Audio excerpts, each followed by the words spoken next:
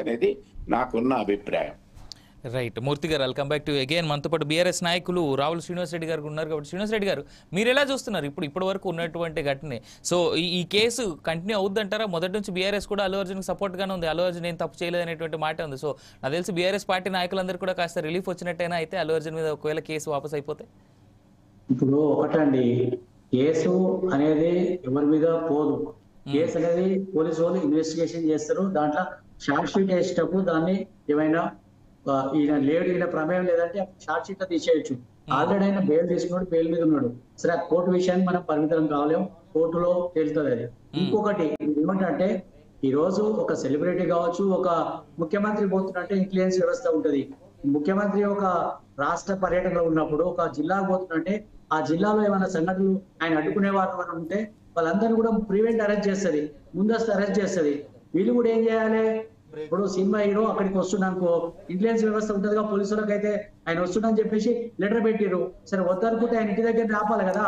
Intelligence ఈ రాష్ట్రంలో intelligence వ్యవస్థ పూర్తిగా ఘోరంగా వైఫల్యం చెందిందని అనుకోవాలి. First of all number 1.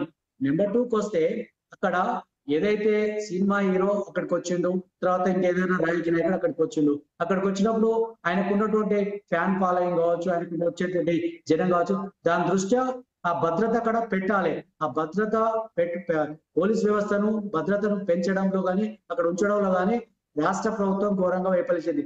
తన తప్పులు ఎక్కడైతే బయటకు వస్తాయని చెప్పేసి ఆ తప్పులు దాచిపెట్టుకోవడం కోసమే ఇతరుల పైన నింద వేసేటువంటి వ్యవహారం ఈ రాష్ట్ర ప్రభుత్వం చేస్తా ఉంది. రేవంత్ రెడ్డి చేస్తుండు. మరి రేవంత్ రెడ్డి జిల్లా పర్యటన వచ్చినప్పుడు అనేక మందిని నాయకులను అరెస్ట్ చేస్తున్నారు. ఎందుకు అరెస్ట్ చేస్తూ చెప్పరు అదొకటి. మరి ఈయన ఎందుకు ముందస్తుగానే వీళ్ళే పర్మిషన్ ఇచ్చారు కదా సినిమాకి, ఇట్లా ముందు మన షోకు ఫస్ట్ షోకి పర్మిషన్ ఇచ్చారు కదా. ఇచ్చినప్పుడు వాళ్ళకు అయితే వాళ్ళనైతే చెప్పాలి కదా, వాళ్ళకి ఏదైతే బందోబస్తు చేయాలో అల్లనే పెట్టారు కదా. ఆ కాపీలనే కమిషనర్ కు, పోలీస్ వ్యవస్థ ఉంది, కలెక్టర్ ఉంది, ఇవన్నీ ఇచ్చినప్పుడు లెటర్ ఇచ్చింది కదా, ప్రభుత్వమే ఇచ్చింది. ప్రభుత్వం ఇచ్చినప్పుడు ఈ వైఫల్యం ఎవరిది? ప్రభుత్వంది కాదా?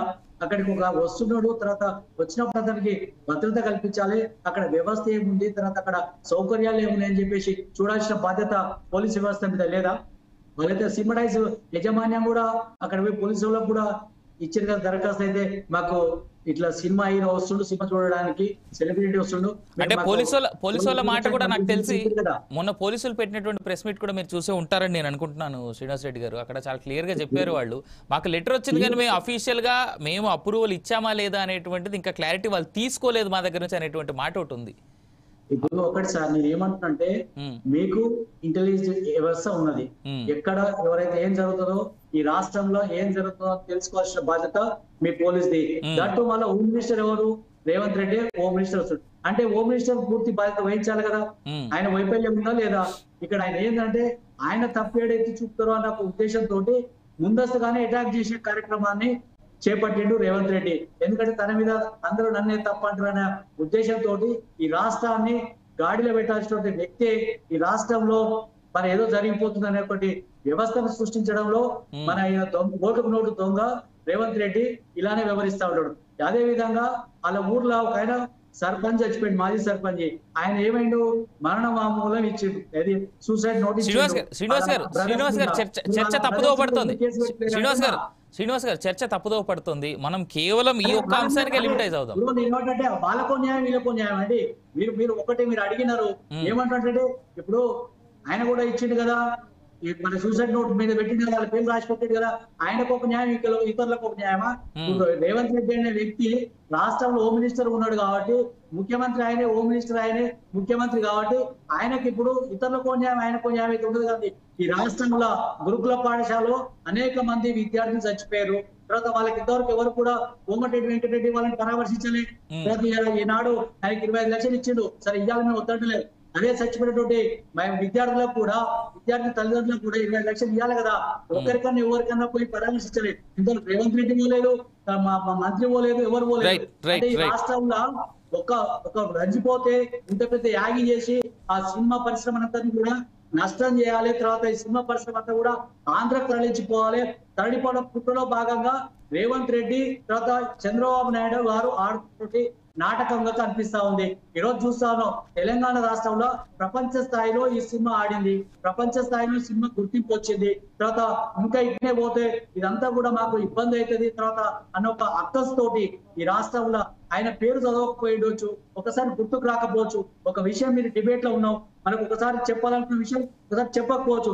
చెప్పలేనంత మాత్రాన అతని మీద కక్ష సాధింపు అనే ధోరణి అయితే ఏదైతుందో ఇది మంచి పద్ధతి కాదు. ఎప్పుడైనా మనం ఏం చేయాలంటే ఈ రాష్ట్రంలో ఒక సినిమా ఆడుతున్నప్పుడు దాని కింద ఎంతో మంది బతికేటువంటి పరిస్థితి ఉన్నది. ఈరోజు సినిమాటైజ్ అయిన బతుకుతాడు, దాని కింద అల్లా పనిచేసినటువంటి మన టికెట్ అమ్మేట ఆయన బతాడు, టికెట్ ఇచ్చేట ఆయన బతాడు, తర్వాత మన ఛాయ్ అమ్ముకునేటోడు బతాడు, తర్వాత పాప్కార్న్ అమ్ముకునేటోడు బతాడు. ఒక వ్యవస్థ మీద వందలాది వేలాది మంది బతికేటువంటి కార్యక్రమాల మీద దెబ్బతీస్తే మనకి ఏమొస్తుంది, రాష్ట్ర ఇమేజ్ కూడా పోతుంది కదా. నేషనల్ స్థాయిలో మన రాష్ట్ర పరిస్థితి ఆకమ్య గోచరంగా మారింది. ఇప్పటికే రియల్ ఎస్టేట్ పడిపోయింది, సినిమా పరిశ్రమ పడిపోయింది, పరిశ్రమలు కూడా పక్క రాష్ట్రాలు తరలిపోతున్నాయి. అంటే ఈ రాష్ట్రంలో రేవంత్ రెడ్డి గారు శ్రీనివాస్ రెడ్డి గారు I'll come back to you again. Srinivas Reddy గారు I'll come back to you again. నేను మళ్ళీ వస్తాను. రైట్, జగదీష్ గారు